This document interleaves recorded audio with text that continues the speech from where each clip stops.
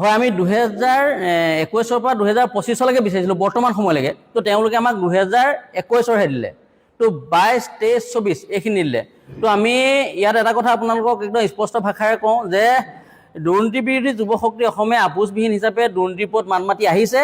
সমান্তৰালভাৱে আমাৰ অসম ৰাজ্যিক গ্ৰামীণ জীৱিকা যি অভিযান কাৰ্যালয় আছে আমাৰ মৰঙী উন্নয়ন খণ্ডৰ অধীনত ধৰি পেলাই আচলতে কাকডোঙা, সৰুপথাৰ, আপোনাৰ বোকাখাট, গমাৰিগুৰি এই বিভিন্ন কাৰ্যালয়সমূহতে কিন্তু দুৰ্নীতিৰ এক লুণ্ঠন ৰাজ আচলতে টকাৰ আত্মসাৎ কৰি থকা আমি উমান পাইছোঁ। আমি সন্দেহ কৰিছোঁ ইয়াৰ তদন্ত হ'ব লাগে। আমি মাননীয় মুখ্যমন্ত্ৰী হিমন্ত বিশ্ব শৰ্মা ডাঙৰীয়াৰ নেতৃত্বত আচলতে চৰকাৰ যি চলিত হৈছে খুব দক্ষতাৰে চলিত হৈ আছে বুলি আমি ভাবোঁ।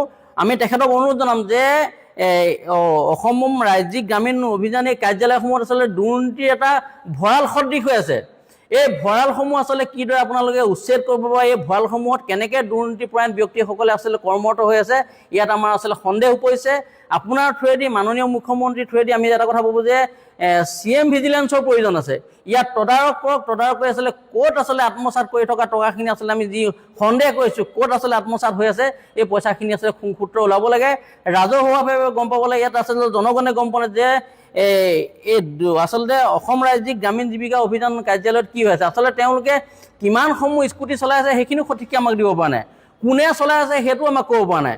আৰু ইয়াতকৈ আচলতে দুখৰ কথা একো নাই। তেওঁলোকে কৈছে যে 2022 চনৰ পৰা বৰ্তমানলৈকে ইয়াত কোনো পুঁজি আমাৰ হাতত নাই বুলি এইখন কাগজত লিখা আছে, আপোনালোকক মই দেখাই দিছোঁ। তেওঁলোকে এই কাগজখনত দিছে, আমাৰ মৰঙী উন্নয়ন খণ্ডৰ অধীনত থকা কাৰ্যালয়তে দেখুৱাইছোঁ মই।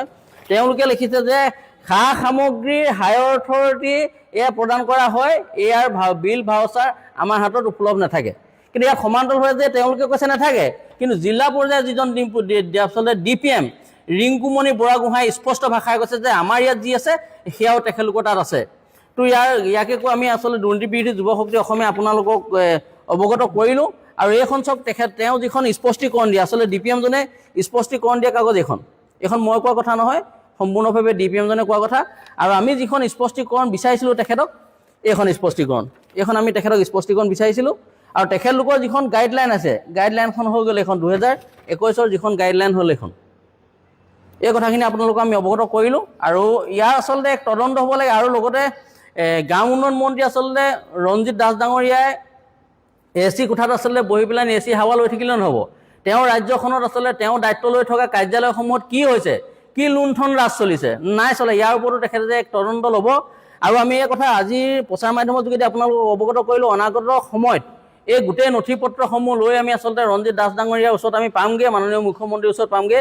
এই কথা আপোনালোকৰ প্ৰচাৰ মাধ্যমৰ যোগেদি আমি দুৰ্নীতি বিৰোধী যুৱ শক্তি অসমে অৱগত কৰিলোঁ। ইয়াত এক তদন্ত হ'ব লাগে, ব্যাগুম তদন্ত হ'ব লাগে। ব্যাগুম কেলেংকাৰী হৈ আছে, লুণ্ঠন ৰাজ চলি আছে, ডকাইতি ৰাজ চলি আছে বুলি আমি সন্দেহ কৰিছোঁ। আচলতে কোনে টকা আমাৰ টকাখিনি আচলতে আত্মসাৎ কৰিছে, চৰকাৰী টকাখিনি কোনে আত্মসাৎ কৰিছে ইয়াৰ খুংসূত্ৰ ওলাব লাগিব। আৰু ওলোৱা সমান্তৰালভাৱে ইয়াৰ যিখিনি আচলতে কাৰ্যালয়ৰ বিষয়বিলাক জড়িত হৈ আছে তেওঁলোকক আচলতে এক আইনগত ব্যৱস্থা লৈ পেলানি জেল হাজতলৈ হয়তো চৰকাৰে প্ৰেৰণ কৰা এক প্ৰক্ৰিয়া তেখেতলোকে আচলতে কৰিব বুলি আমি আশা ৰাখিছোঁ।